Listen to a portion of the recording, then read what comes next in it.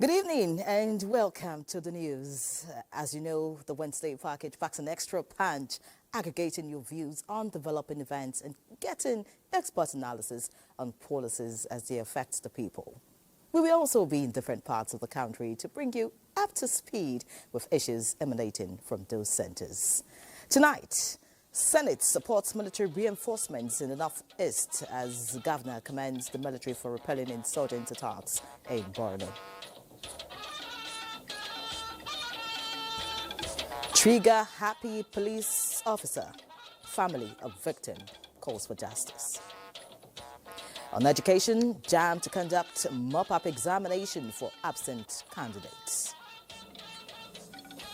And in the housing sector, federal government to conduct integrity test on 753 recovered houses.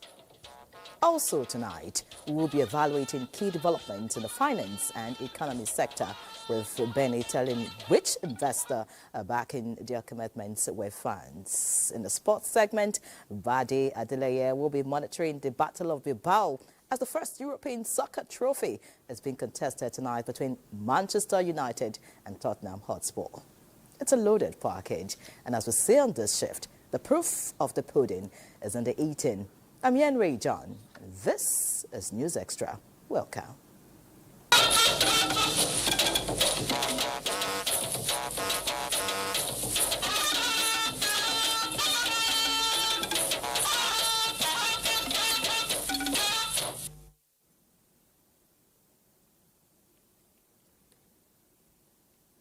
Let's hit the road now as the federal government of Nigeria has expressed its commitment to support and partner Taraba State by providing an enabling environment in its drive to harness the abundant natural resources in the state. President Bola Tinubu stated this at the occasion of the Taraba State International Investment Summit held at the banquet hall, T.Y. Danjuma House, Jalingo. Godwin Inalego reports that the president was represented by the Vice President, Kashim Shettima. The president, represented by the Vice President, Kashim Shettima, on arrival in Jalingo, commissioned the renovated and expanded Dambaba Suntai Airport and the remodeled banquet hall T.Y. Danjuma House, Jalingo. It is my singular honor and privilege. The president, who declared the summit open, called for unity and togetherness as a people towards the development of the nation. He described agriculture as a powerhouse that must be harnessed, and the summit a call for partnership. This is a defining moment for Taraba, and I want you to know that the federal government, President Bola Ahmed Tinubu, is here with you to work hand in hand as you journey from potential to prosperity.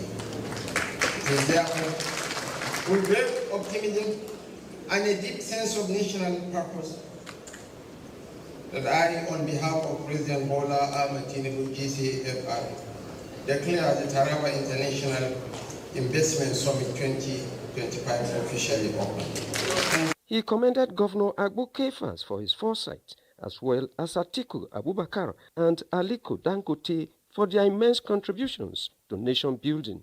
Governor Agbo Kefas expressed excitement over the turnout of distinguished personalities at the event and affirmed that light has come to Taraba State. Taraba is peaceful, Taraba is safe, Taraba has huge human resources, Taraba has huge natural resources, and today I have created a good business enabling environment for all investors.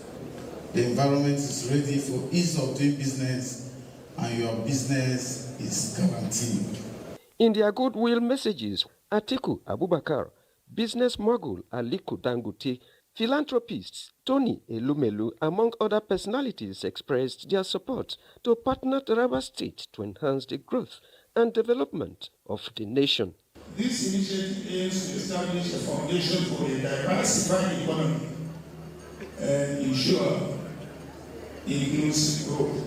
Nobody will take a dime to his grave. What will give us the satisfaction of even being human beings is to make sure that we impact the lives of other people. What is good for local investors is good for foreign investors. So we look forward to partnering and working with you in making your vision come true. Representative of the President of Ghana, serving and former governors, members of the diplomatic corps, members of the National and State Assemblies, amongst other personalities attended the summit in Jalingo. Godwin Inalewu, NTA News. Let's head to the National Assembly now as Senate commends the gallantry of Nigerian security personnel in curbing security breaches in the northeast and urges sustained efforts at tackling insurgency by establishing a military base in Hung local government area of Adamawa State. National Assembly correspondent Lami Ali has details on Wednesday's activities in the Red Chamber. Reading taken. This latest resolution urging reinforcements of troops in the northeast is coming 1 week after a similar call by the Senate with regards to a matter of urgent public importance from Senator Iya Abbas, co-sponsored by other senators from the region, noting recurring attacks by insurgents on communities, prompting a minute of silence for both the military and civilian victims. On the 16th of May 2025, Kulda community in Gara ward of Hong local government was attacked. 16 people were killed. 90% of the houses, including place of worship, were burned down. People in the affected areas no longer go to farms. Senate thereafter shifted attention to the harmful practice by some fruit sellers who use chemicals to make them ripe and asked relevant agencies to investigate following a motion from Senator Anthony Ani. Calcium carbide contains impurities such as arsenic, lead particles, phosphorus, etc. that cause several health hazards such as cancer, heart, kidney, liver failures, neurological disorders, intestinal problems, skin damage, mouth ulcers, and so on. We can amend any act of the parliament to put stiff punishment or stiffer punishment for anybody that is engaged in this practice, because this is very deadly. Anybody can die unknowingly through this practice. Plenary featured the second reading of bills to establish Federal University of Health Sciences Funtua, Katsina State, sponsored by Senator Muntari Landuse, and the bill to establish Federal University of Education Gumel, Jigawa State, sponsored by Senator Babangida Hussaini. President Bola Ahmed Tinubu graciously give Funtua Zone this very important university because it's part of the 6 medical and health science that was approved. The enactment of this bill will go a long way in transforming the decayed educational infrastructure in Nigeria and change the educational fortunes of the country for the better. It will also provide a balanced educational development of Jigawa State. The bill that seeks the regulation of employment agencies by way of monitoring and licensing, sponsored by Senator Sani Musa, scaled second reading. Issues in informal sector labor practices within the informal sector of Nigerian economy shows evidence of violation of employees' rights and non-implementation of labor regulations. 6 bills passed first reading, including the National Assembly Financial Management Establishments Bill. From the National Assembly, Lami Ali, NTA News. Away from the National Assembly now, Borno State Governor Babagana Umar Zulum has commended the gallantry exhibited by the Nigerian military in repelling the attack on Ran, headquarters of Kalabage local government area. He called on the federal government to secure the area, being the only community standing in the local government area. This was when the governor visited the area where he passed the night as part of strengthening community resilience and boosting morale of personnel. Mohamed Goni reports. Situated 35 kilometers away from Gamborunga local government, run headquarters of Kalabalge is a community in Borno Central Senatorial Zone that faces myriads of challenges ranging from insecurity, perennial flooding, which cuts the community from other parts of the state, and elephant invasion. Governor Zulum's visit came in the wake of explosion of landmines on the highway, which claimed about 23 lives, and attack on the military formation in the community. The governor, who spent a night in Ron, separately met with the military personnel, the volunteers that include CJTF, hunters and vigilante, where he commiserated with them over the attacks and loss of lives of scores of soldiers and lauded the gallantry of the security forces, which led to a heavy casualty on the side of the insurgents. I'm appealing to the federal government, I'm appealing to the Nigerian army that we should do everything possible to maintain this particular local government headquarters. I've said it all, that government of Borno State and the people of Borno State appreciate what they are doing, because they have defeated the insurgents that came a few days ago. But nonetheless, I'm also appealing to them that we shall do everything possible to keep this town on ground. Professor Zulum, who announced donation of 10 security vehicles to the military, also announced increase in the number of volunteers in Run to complement efforts of the military, and also have on the need to strengthen resilience and enhance synergy among them. The governor also supervised distribution of food items to about 10,000 households who lost their farm produce to flooding and elephant invasion, with each male and female heads of households receiving 225 kg bags of sorghum with a pledge of financial support to them and a fabric for the female residents at a later time. Mahmoud Gwani, NTA News. Meanwhile, Borno State Governor Babagana Umar Zulum has assured residents of Wulgo Town in Ngala local government of government support to boost irrigation and brain-fed farming in the community. The governor gave the assurance when he visited the community in continuation of his visits to communities affected by terror attacks in recent times. Mohammed Goni again reports. The recent terrorist attack on Wulgo, a community on the fringes of the Lake Chad, has compelled troops of the multinational joint task force hitherto protecting the town to retreat. By visiting Marte, Kalabelgi and now Wulgo, Governor Zulum aims to achieve a unified front in the fight against insecurity and to stimulate local support for sustainable peace and development. During the visit, Governor Zulum rubbed minds with community leaders listening to their concerns. The governor announced plans to accelerate deployment of humanitarian aid, strengthening security efforts, and provide modern irrigation and rain farm implements to facilitate economic revitalization in the town. I have come to see and sympathize with you. Government will support you to cultivate more lands on the fringes of Lake Chad for food sufficiency.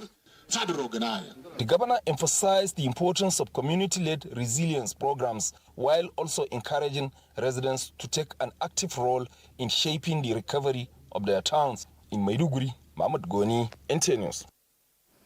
And still on security matters, in a move reflecting the federal government's commitment to strengthen internal security and modernizing the Nigerian police force, the Minister of Police Affairs, Ibrahim Gaidam, has taken stock of 7 brand new armored personnel carriers. Francis Fom reports that the inspection is part of the renewed hope agenda of the Tinubu administration in that repositioning the Nigeria Police Force through strategic investment in operational assets and logistics. These APCs you are seeing now, we bought them from our budgetary allocation of the ministry. We are going to hand over them to the Nigerian Police Force to enhance their security strengths so that they can perform better. They are supposed to use this professionally to combat insecurity in the country. The further assures the nation that the acquisition and deployment of the APCs signal a significant step towards operational readiness and mobility for tactical units of the Nigeria Police Force, especially in high-risk zones.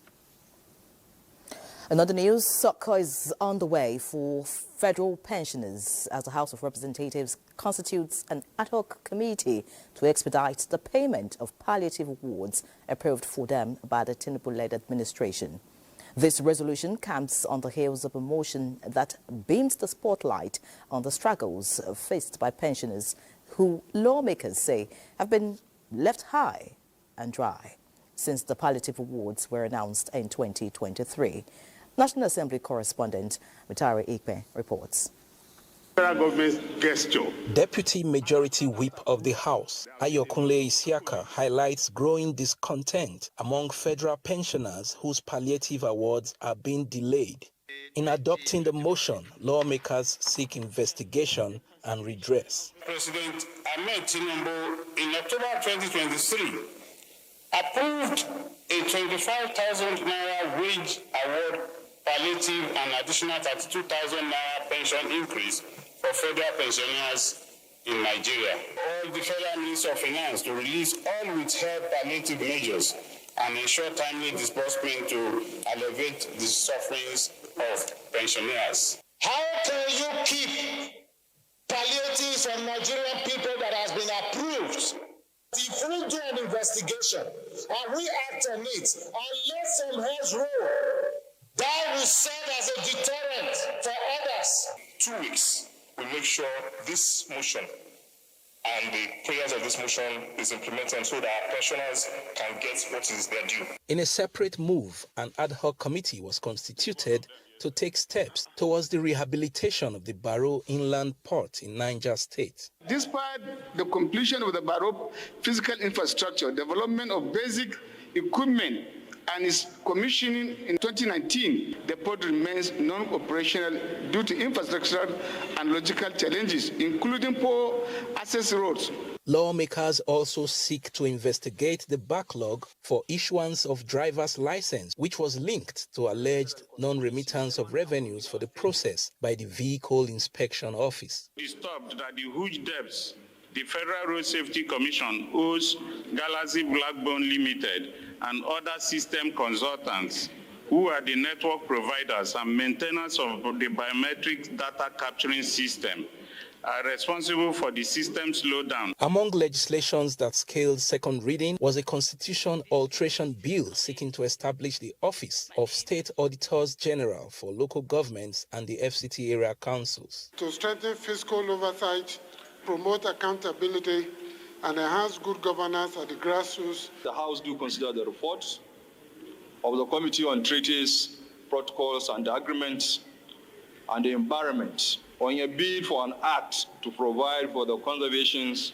and the management of Nigerian wildlife. 11 bills passed first reading at Wednesday's plenary, including the Labour Act Amendment Bill 2025. From the National Assembly, Mitaire Ikwen, NTA News.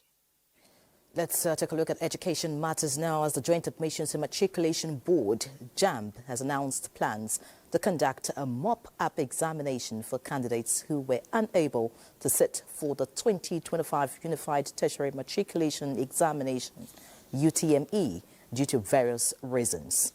Olainka Ojo reports that the Registrar of JAMB, Professor Ishaq Oleyede, disclosed this at a stakeholders meeting held in Abuja.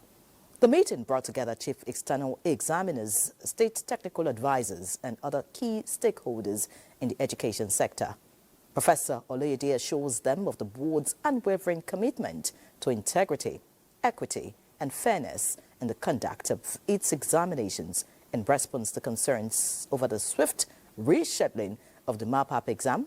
The registrar explains that the decision was informed by the urgency imposed by the National Academic Calendar, which UTME candidates must strictly follow to avoid disruptions. WASC starts, and it goes on till that's SSE for WAEC, and immediately NECO starts till July.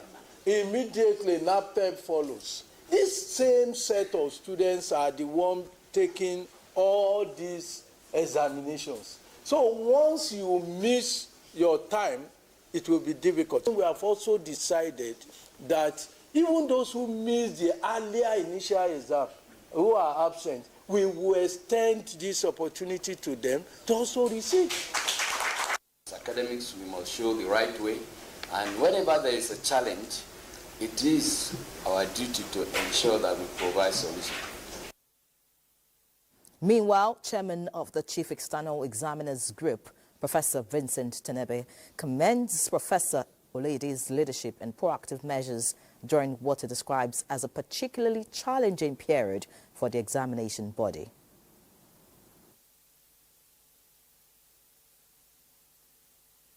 Also took a solemn turn as stakeholders observed a minute of silence in honor of a candidate who allegedly died by suicide in connection with the outcome of the examination.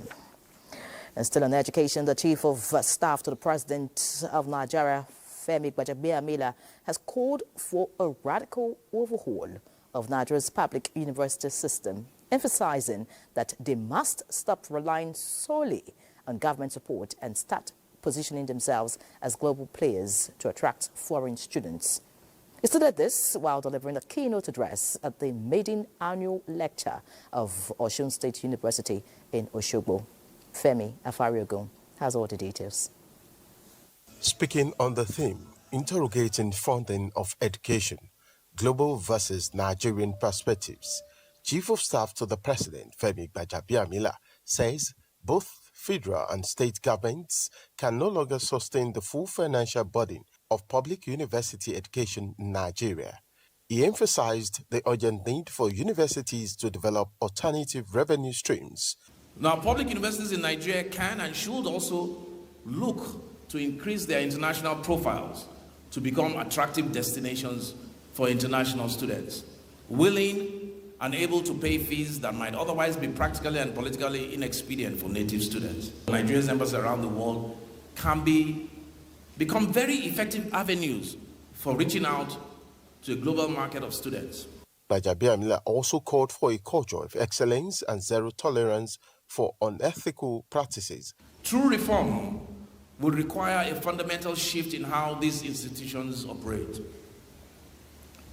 That might involve stronger accountability measures, independent oversight, and a culture of transparency. Osun State Governor Senator Ademola Adeleke reaffirmed his administration's commitment to supporting education as a catalyst for innovation and sustainable development. In national examination, Osun is now ranked 7th position. We were 33rd in 2022. Our target is to be ranked #1 in future. The event concluded with the presentation of an award by Osun State University to the guest lecturer. In Osogbo, Femi Afariogun, NTA News. From Osun State, let's take a trip to Akwa Ibom, where the initiative to inculcate the spirit of building a reputation for Nigerians and Nigeria by the Nigerian Institute of Public Relations is rooted in the official unveiling of the Reputation Management Group in October 2024. The fire of this vision keeps burning, as evident at the 2025 NIPR Week in Uyo, the capital of Akwa Ibom State, where the Minister of Information and National Orientation led a debate that supported reputation as an asset for Nigeria. Salihu Abdullahi Gwanara was there. There is a growing concern here that the image of Nigeria cannot be shaped by its leaders alone, but by the actions, attitudes, and behaviors of its citizens. The campaign by stakeholders at this forum, including that of the government's image maker, therefore, is to promote and encourage everyone to be a proud ambassador of Nigeria's national brand in their interactions, social media posts, and even business transactions. As public relations professionals, offering solutions to Nigeria's brand locally and globally is a task top on the programs of the Institute. The mixture of the old and the young brain from diverse disciplines is an effective instrument towards realizing this goal. The physical presence of 92 years old Adekunle Salu, one of the living legends and idol of the NIPR, caught my attention at the ongoing conference in Uyo. He has been a member for more than 50 years and promised to be an active member for the rest of his life. He gave perspective to the path NIPR has chosen in nation building, using reputation as a viable tool. Reputation is all about relationships, really. That's all it is about. Reputation. I know, having studied all the regions, I know that there is God. There's your sense. Anybody with common sense should know or think, how do people see me? Reputation is about. The government chief spokesman agreed that the campaign is timely and is in line with the government's key policy of national value reorientation. You are what your reputation says about you. And that means that if the entire world sees your country in negative, it means that you cannot, no matter how hard you try, be possible. And that's why we are urging practitioners and everyone to speak well about his country, to speak good about your country. You cannot, at a time that you are asking others to come and invest in your country, at the same time also be talking ill about that same country. Nobody will come. Unrelenting efforts through forums of professional communicators like these are making an impact on building a nation whose citizens demonstrate acceptable standards of reputation in order to transform the country's image and socio-economic development. In Uyo, Akwa Ibom State, Salihu Abdullahi Gwarara, NTA News. More news after the short break. Please stay with us. Thank you for remaining with us. President Bola Tinubu extends heartfelt felicitations to two British Nigerians, Okwayemi Bright and Jason Jackson, on their historic election and inauguration as mayors of London. The president commends Bright and Jackson for sustaining the legacy of good works by Nigerians in the diaspora and consistently promoting the values of honesty, integrity, hard work and commitment to the well-being of others. Their stories, he says, will inspire countless young people, both at home and in the diaspora, to pursue excellence and serve their communities with distinction. Okwayemi Bright was sworn in as the civic mayor of Barking and Dagenham, making history as the borough's youngest ever mayor at just 29, following 7 years of outstanding service to her community. While Jason Jackson has also become the first Nigerian-born mayor of Islington since the borough's establishment in 1900, following a rapid rise through local government as a councillor and committee chair. In other news, with her eyes set on acquiring more scholarship platforms for Nigerian youths, Nigeria's First Lady, Oluremi Tinubu, says she's ready to forge necessary partnerships with willing organizations. She stated this during a meeting with top management of Merck Foundation in her office at the Villa. State House correspondent Adeniyi Tabo reports that the First Lady is expected to champion advocacy on infertility and stigmatization with her appointment as the Merck Foundation More Than a Mother campaign ambassador. Established in 2012, the Merck Foundation commands a global reputation as a philanthropic organization which focuses on improving healthcare access and delivery. The visit of its top management to the office of Nigeria's First Lady Oluremi Tinubu and her appointment as More Than a Mother campaign ambassador not only acknowledges her impact in health and education, but also signifies the beginning of a partnership that has girl-child education, women empowerment, and healthcare advocacy at its center. Welcoming the appointment and offer of partnership, the First Lady says, for good reasons, education remains a top priority of the current administration. I want to really give a lot of young people scholarships to have the opportunity for education. Because no matter what we achieve, if this legacy is handed over to an uneducated generation, I think that's the most terrible disaster that, it will be in the making. But I want to really reassure you that I'm willing to work with you. Got an office on the commercial side. Nigeria is a very important country for the Merck Group, and in the First Lady and her initiative, the foundation says it finds a worthy partner willing and able to expand the frontiers of a shared cause. And I must say it's dovetailing what you have done already and what we want to do and achieve even more. And it's fantastic that you joined, that you could have now a joint force to forward all these deeds also in Nigeria. Programs of scholarships for underprivileged but very brilliant girls in Nigeria, and also in our media capacity building to increase the community awareness about many critical social and health issues. Merck Foundation scholarships are provided for nationals of African countries and underserved communities, leveraging the office of the First Lady. In the State House, Adeniyi Taiwo, NTA News.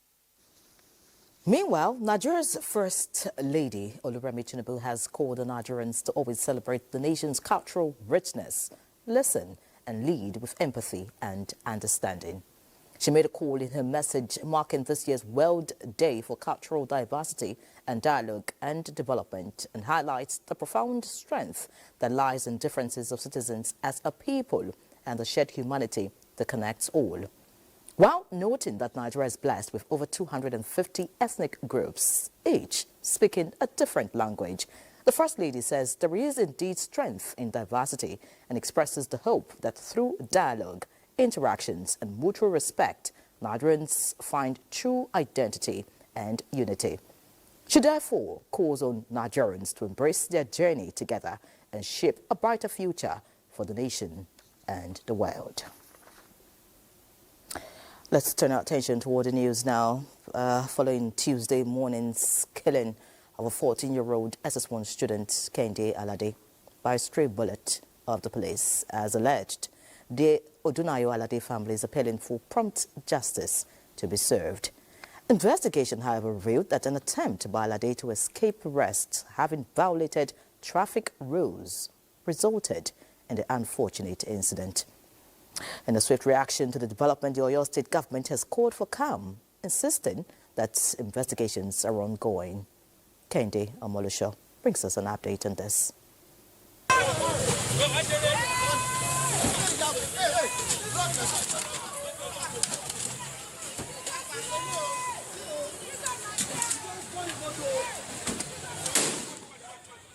That act by the driver led to the tragic death of Kehinde Alade, who was hit by the police bullet. The death of 14-year-old Kehinde Alade is not just sad and shocking, but avoidable, as what started as a traffic offense with his father driving against traffic resulted into the loss of an innocent life.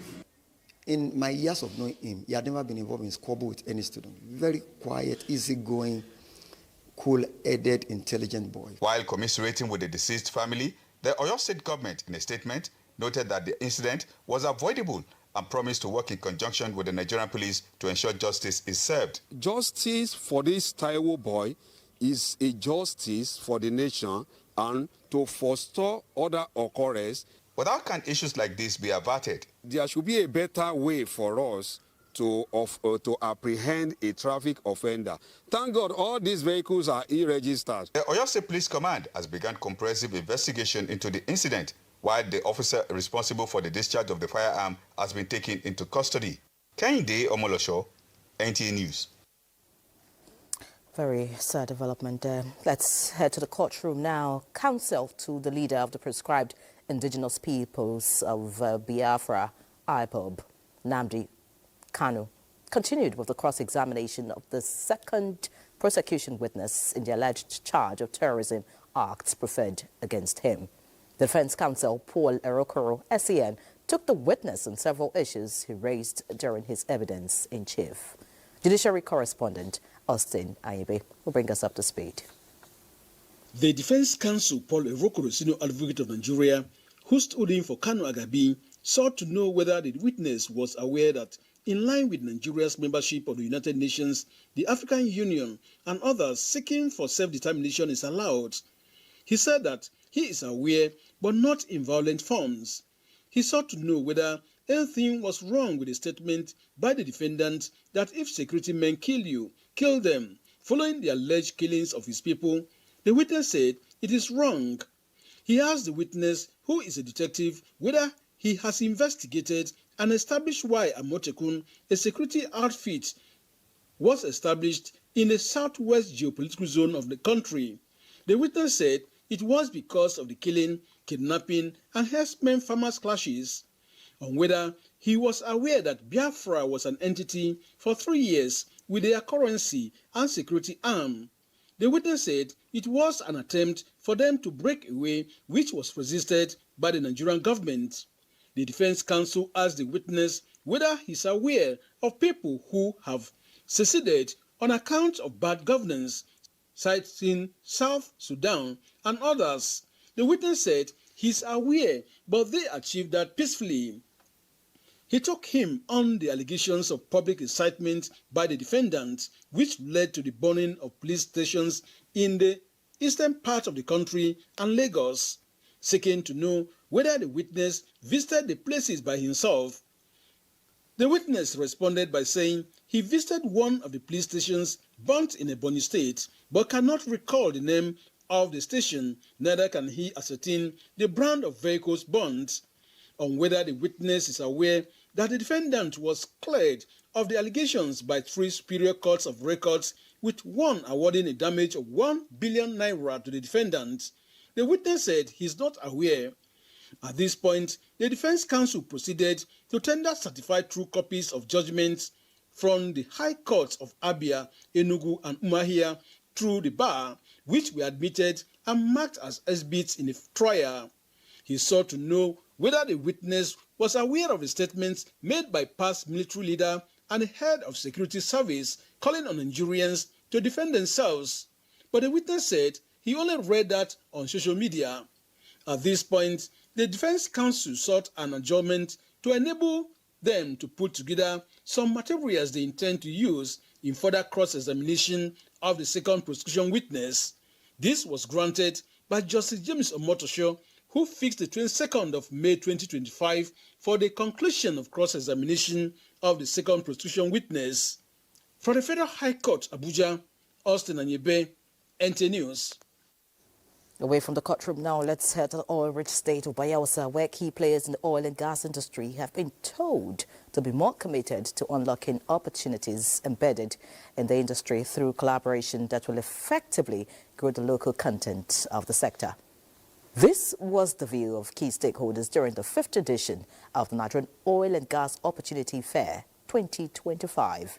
Correspondent Doris Akumoye, who was at the fair in Yenagoa, Bayelsa State, completes the reports. As in the oil and gas industry, synergizing and creates better platform to grow indigenous industries. Executive Secretary, Nigerian Content Development and Monitoring Board, Felix Ogbe, said the fair provided the environment to deepen collaboration across the oil and gas value chain.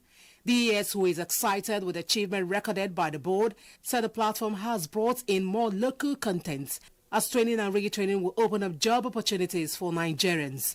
We have moved from 5% in-country retention in 2010 to 56% as of December 2024. Governor of Bayelsa State, represented by his deputy Lawrence Erijopo, Minister of Petroleum Resources Oil, and the representative of the Minister of Petroleum Resources Gas, harped on the need to check performance and challenges in the industry and proffer solutions that will impact oil-producing communities positively. They agree that the fair is a national platform that catalyzes investment through the upstream, midstream and downstream sectors that needs stakeholders to be transparent to grow the local economy. Our Petroleum Act is creating the host community funds and strengthening them.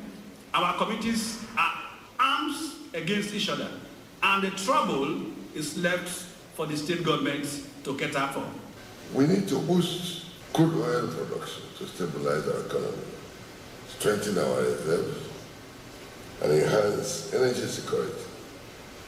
And thirdly, it is very strategic for us to focus on indigenous capacity development, ensuring that Nigerian expertise, enterprise, and innovation. Inception, NOGOF has evolved into a strategic marketplace of opportunities and barometer of stakeholder intent and national ambition. This year's team driving investment and production growth, shaping a sustainable oil and gas industry through indigenous capacity development, is expected to provide strategic partnership and solutions in the oil and gas sector. In Yenagoa, Doris Akumoye, NTA News. Let's look at other stories now. As the chairman, Aliko Dangote Foundation, and president and chief executive, Dangote Industries Limited, Aliko Dangote, has been named in the inaugural 2025 Time 100 Philanthropist list, which recognizes the 100 most influential leaders shaping the future of philanthropy across the world.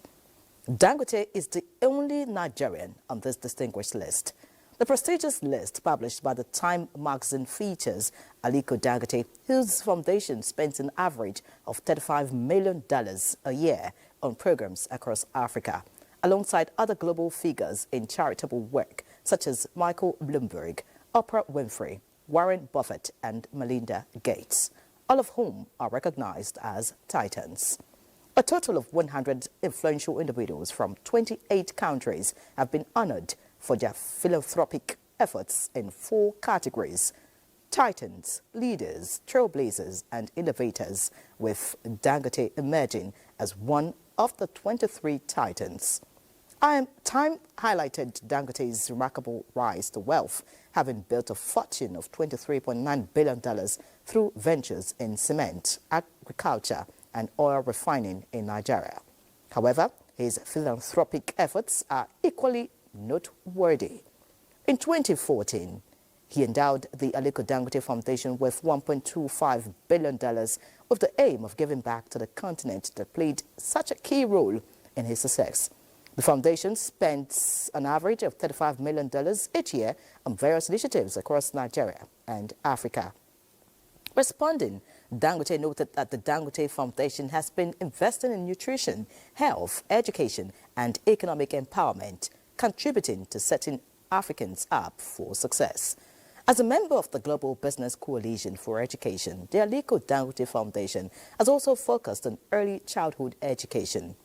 Through the MU Shuku Iri Let's Plant a Seed program, local women are trained in Montessori-style education to become community educators in Kanu. The foundation's investment in education include providing vocational training and providing scholarships at the secondary and tertiary levels, in addition to offering annual fellowships through the World Economic Forum's Young Global Leaders program. Dangote added that his mother instilled in him the ethos of giving back, which inspired his philanthropy 30 years ago. Congratulations to Dangote, of course. And now farmers in Oyo State have been trained by the NNPC Foundation of Modern Agricultural Technologies, with emphasis on usefulness of loamy soil to enhance crop productivity instead of inorganic fertilizers and adequate storage of water to irrigate crops when there is no rain. Adebola Agbaji reports. The NNPC Foundation has the mandate to empower farmers across the 6 geopolitical zones in the country as a way of giving back to the society, ensuring food security, increased productivity, and improved livelihoods for smallholder farmers.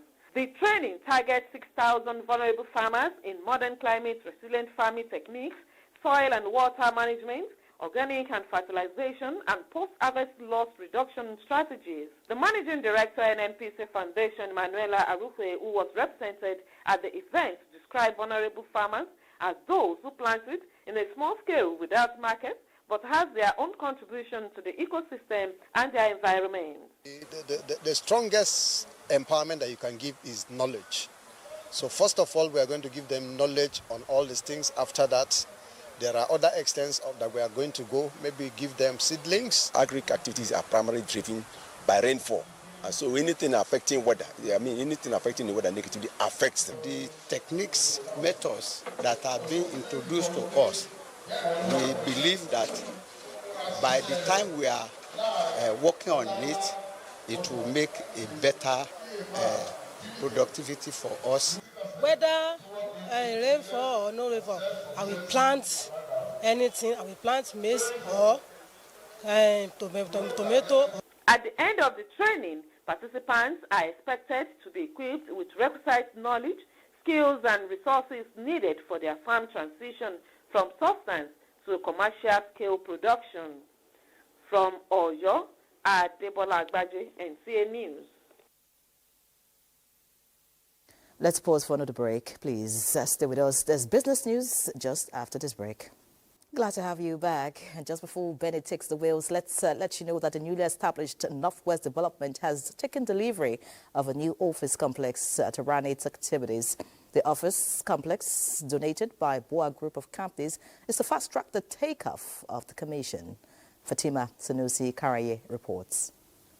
A new chapter begins for the Northwest Development Commission as Boa Group of Companies donates a multipurpose facility located on Court Road, Kanu, handed over on a temporary basis to support the Commission's takeoff.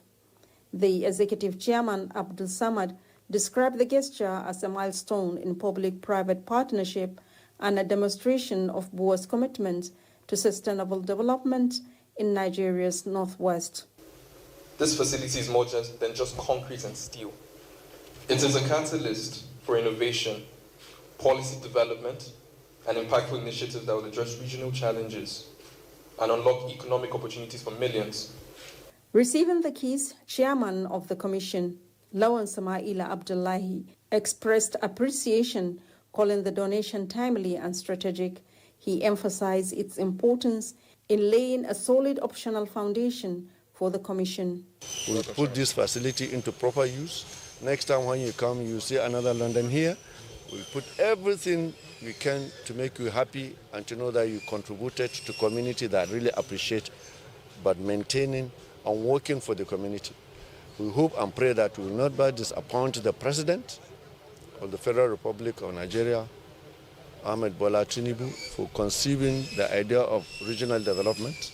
With this handover, the Northwest Development Commission is set to commence operation, bringing new hope for regional transformation and inclusive growth. In Kanu, Fatima Sanusi Garai, NTA News. Now, Ben is ready to serve us business news. Benny.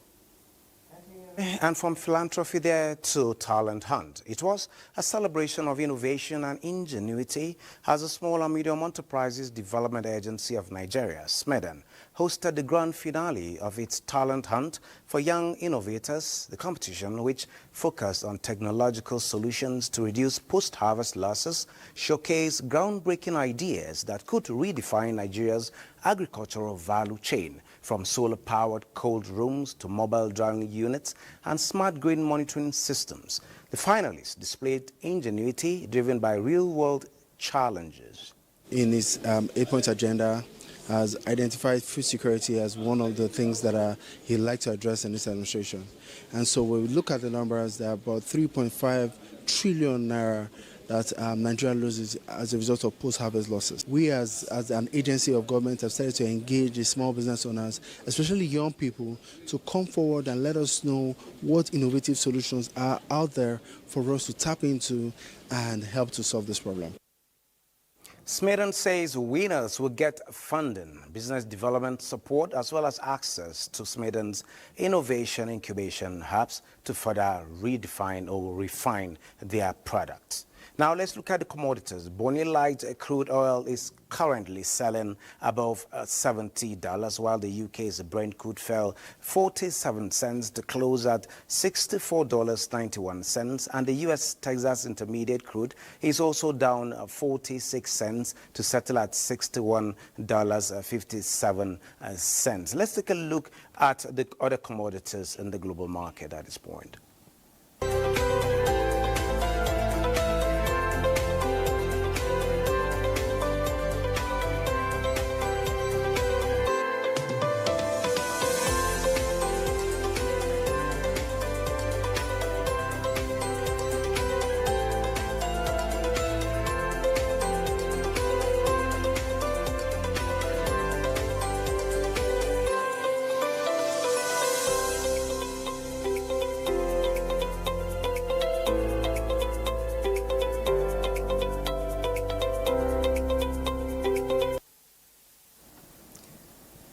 Now the global equities market for today. Let's start with the Nigerian equities market, which closed midweek trade bearish, erasing the previous session's gains, with the all-share index down by 10 basis points to close at 109,619.10 basis points, down from 109,730.47 points on Tuesday, as investors lost 69.99 billion naira, with market capitalization down to 68.92 trillion naira. On sell-offs, on Owando, Access Core, Unilever, among 23 other stocks. And looking at South Africa at this point, South Africa is up by 0.70%, while the Tunisia Tune Index is also up by 0.39% at this point. This is it on business at this time. Many thanks, Benny, for those numbers. Now, let's see other stories. As the Minister of Marine and Blue Economy, Adegboyega Oyetola, has intensified Nigeria's campaign for election into Category C of the International Maritime Organization, IMO Council.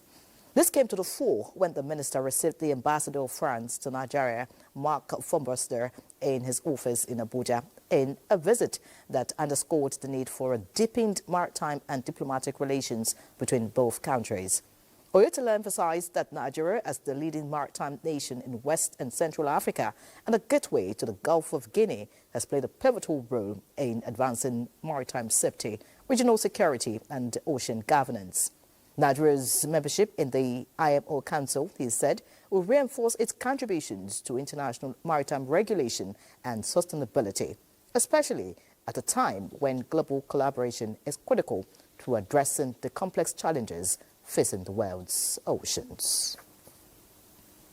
Now, Nigeria's Minister of State for Health and Social Welfare, Dr. Isaac Adekunle Salako, has reaffirmed Nigeria's commitment to health sector reforms aimed at achieving sustainable healthcare financing, emphasizing the country's strategic focus on increasing domestic funding, optimizing expenditure, and promoting cost-effective healthcare delivery. Speaking during a plenary session at the 78th World Health Assembly in Geneva, Switzerland, Dr. Salako highlighted Nigeria's Health Sector Renewal Investment Initiative, a flagship of the Renewed Hope agenda championed by President Bola Tinubu, noting that this initiative, along with the revitalization of Nigeria's primary healthcare system, is central to efforts in mobilizing domestic resources for health.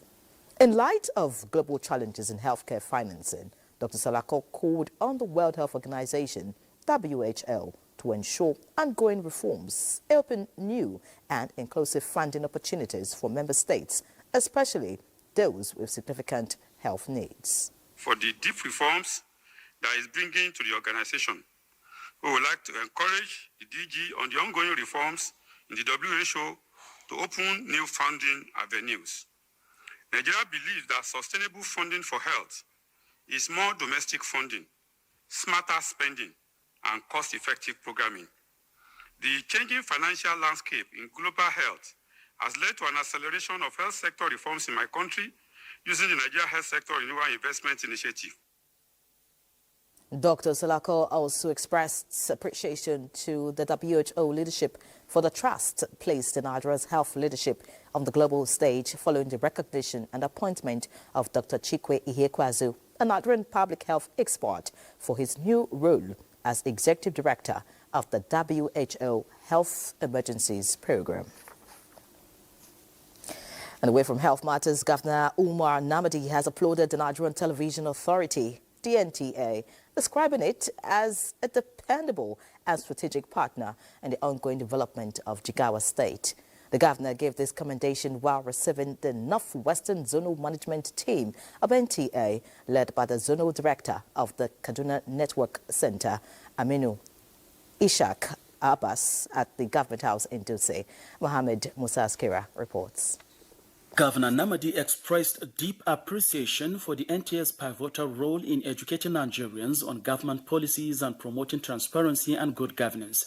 He acknowledged the authority's consistent efforts in fostering national unity and strengthening democratic ideals across all levels of government. In a heartfelt appeal, the governor lamented the deteriorating states of NTA Dutse and its 3 community stations in Hadeja, Gumel and Gwaram. He pledged his administration's full support towards the revitalization and modernization of these stations to ensure that the people of Jigawa State have uninterrupted access to accurate, reliable and timely information. Jigawa State government is always there for you. At any point, we are ready to work together because I think we found a partner in NTA. So the partnership will continue to grow from strength to strength. Our community stations, NTA community stations, are not working. Please, as a government, we are ready to support NTA to bring back the station. So just let us know the proposal, what you want us to do. We are ready to support you to bring back those community stations to function. Speaking earlier, the Director General of NTA, Salihu Abdulhamid Dembos, represented by the Zonal Director Aminu Ishaq Abbas, commended Governor Namadi's people-centered leadership and his transformative agenda for Jigawa State. He lauded the administrations for its unwavering commitments to inclusive development and progress. The effort you are putting towards reinvigorating agriculture is the way to go.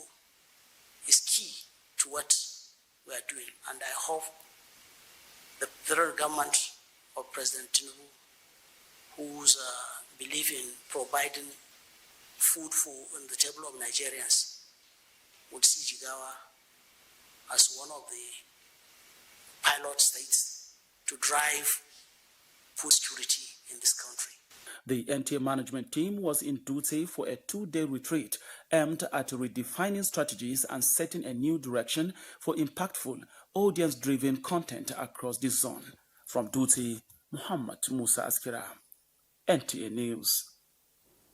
Meanwhile, family display is the first learning ground for every human being. This is why the president of the International Family Pageant, Queen Hadassah Al-Laputa, has come up with an initiative to reignite family values through its forthcoming pageant. The president says the visits to the Nigerian television authorities to cement the existing relationship and for more collaboration in promoting the initiative, especially as NTA is the largest television network with the widest range. With global reach. So we believe that our collaboration with the NTA, we can reach more families and more people that will be impacted and through the family pageants. Throughout our statement, that we have a social ties with this organization, and NTA will continue to partner with you to ensure that your social political achievement has been actualized.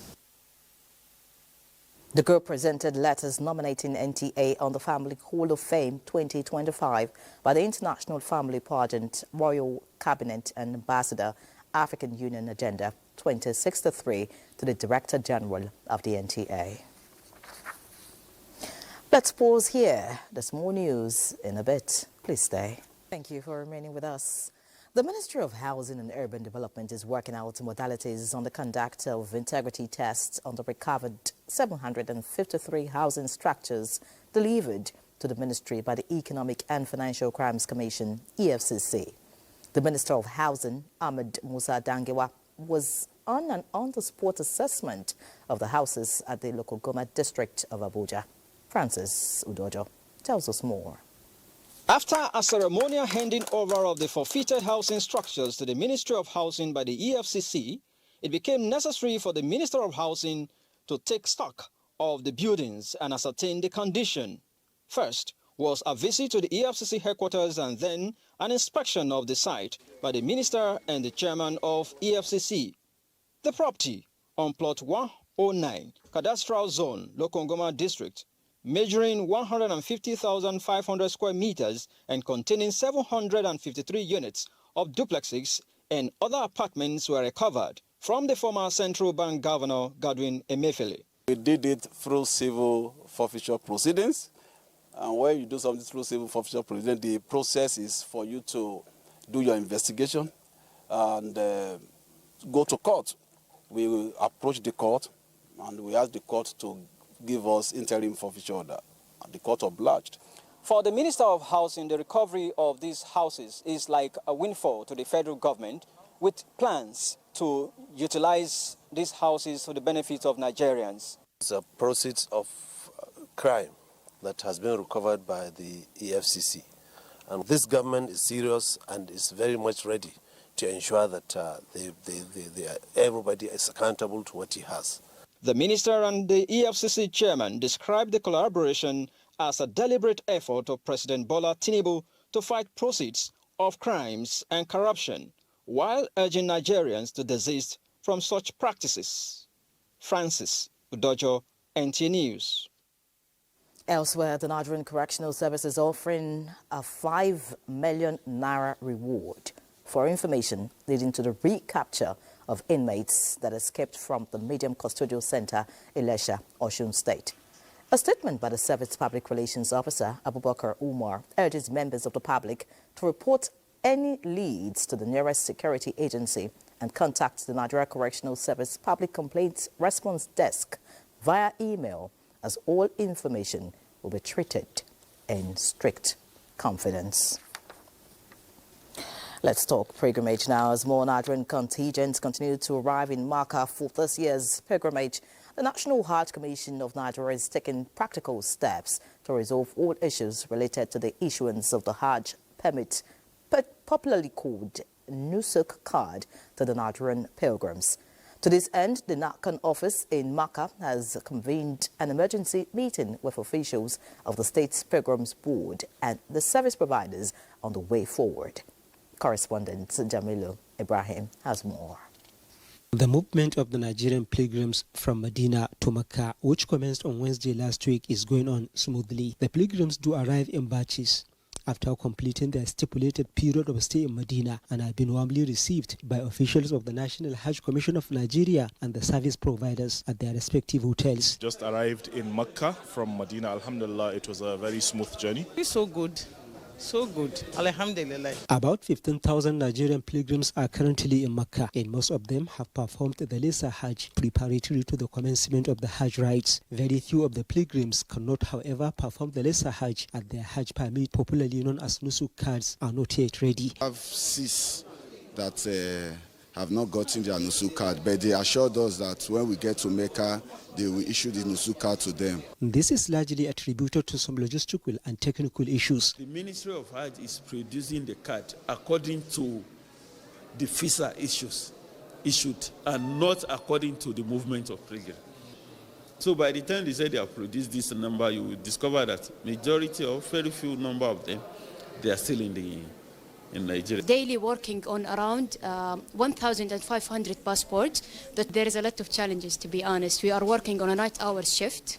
The office here actually is working 24 hours. As part of practical steps to resolve the issue, the NACON office in Mecca has convened an emergency meeting with the State Pilgrims Board officials and a Saudi-based service provider. Each of the State Pilgrims Welfare Board is to nominate or rather appoint a Nusuk officer. Nusuk card officer. It will be in charge of management or reporting or taking record of anything that has to do with Nusuk card. We're going to achieve it, inshallah, on time before the Hajj moved to Mina on the day of 8th of the Hajj. Activities are now picking up at the NACON office here in Mecca as more pilgrims continue to arrive at the holy city, with committee members intensifying efforts to effectively deliver on their mandates. From the holy city of Mecca in the Kingdom of Saudi Arabia, Jamilu Ibrahim, NTA News. Many thanks to Melo for the updates. Now, Nigeria's bilateral relations with Korea is getting stronger through exchange of both nations' cultural heritage. This was further displayed at the 2025 UNESCO World Day for Cultural Diversity for Dialogues and Development. Annie Daniels reports that the event was put together by the Korean Cultural Center, Abuja, and Youth Orientation for Development. Embracing Nigeria's bilateral relations with Korea and shaping the future of the younger generation to make them better citizens, capable of righting the wrongs in the society. Protecting and preserving the rich cultural heritage of the countries is the reason for this colorful event.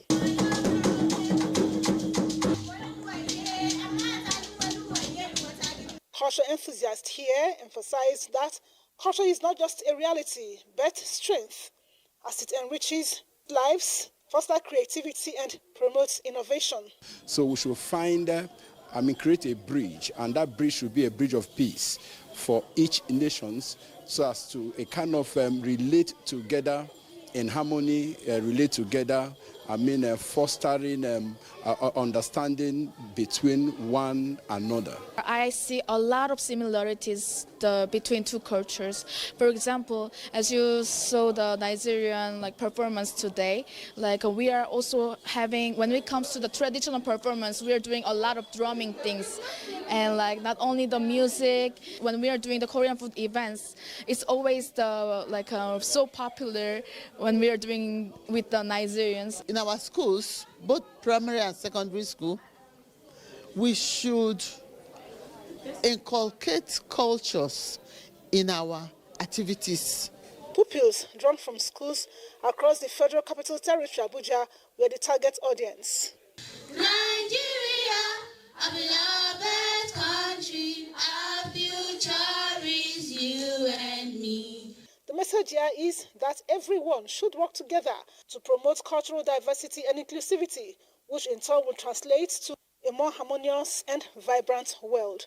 In Abuja, Annie Daniels, NTA News. Another break is due. Please stay with us. Let's take a peep at the foreign scene now as the UN Health Agency adopts a landmark pandemic agreement for tackling future health crisis after more than 3 years of negotiations sparked by the COVID-19 crisis.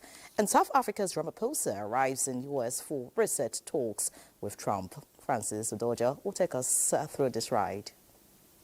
Former Prime Minister Ponyo, who served from 2012 to 2016 under former President Joseph Kabila, was tried in absentia along with former Central Bank Governor Djaris Mutombo and South African businessman Christo Grobler. Both Mutombo and Grobler received 5-year sentences. None of the three are currently in custody. The charges are connected to a massive corn farming project launched under Kabila's administration, which collapsed in 2017. Investigation into the failed initiative began in 2021 under President Felix Tshisekedi. In other news, Accra Central Business District has become the flashpoint of a growing conflict between city authorities and traders occupying roadsides and pavements, turning them into makeshift markets, making movement nearly impossible. Struggle for space between vehicles and people has turned into daily challenge. Housing prisoner migrants at Guantanamo Bay cost as much as $100,000 per inmate per day, a U.S. senator has claimed, describing the setup as outrageous. The astonishing figure may mean that President Donald Trump's naval base in Cuba cost almost 1,000 times more than housing people in U.S. immigration facilities, which is $165 a day per head. The claims were made by Senator Gary Peters of Michigan during a hearing of the Homeland Security and Governmental Affairs Committee, in which he and other members grilled Homeland Security Secretary Kristi Noem. Senator Peters, the top Democrat on the committee, decried the use of facility as a prime example of wasteful government spending. Kolom Mohammed, NTA News. A global update was delivered by Kulu Mohammed and not Francis Odoja, as earlier mentioned. And just a quick sports filler, a depressing one for Manchester United fans as Tottenham Hotspur beat Manchester United 1-0 in the Europa League final. Now, sadly, the death has occurred of Pa Boyi Garba, who passed on the 15th of February 2025 at the age of 78. Late Pa Boyi Garba, until his death, was a business tycoon and a great cocoa farmer who brought cocoa farming to Taraba State. His remains shall leave Asokoro District Hospital, Abuja, for Lumbu Iyausu Uza in Taraba State on the 22nd of May 2025. Wakeup comes up on 22nd May 2025, and he will be interred on the 23rd of May 2025 at his premises in Lumbu Iyausu Uza local government area at 10 o'clock in the morning. He's survived by 4 wives and 7 children. All right, so that's it on News Extra tonight. Many thanks for investing your time with us. Do have a good night.